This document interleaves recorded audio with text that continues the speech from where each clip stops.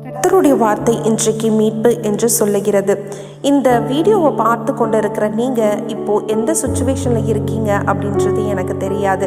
நீங்கள் ஒரு பெரிய பிரச்சனையில், ஒரு கடினமான பாதையில், இந்த சுச்சுவேஷனை என்னால் சமாளிக்கவே முடியலையே, இதுலேருந்து எனக்கு யார் மீட்பு கொடுப்பா அப்படின்று தவித்து திகைத்து நிற்கிறீங்களா?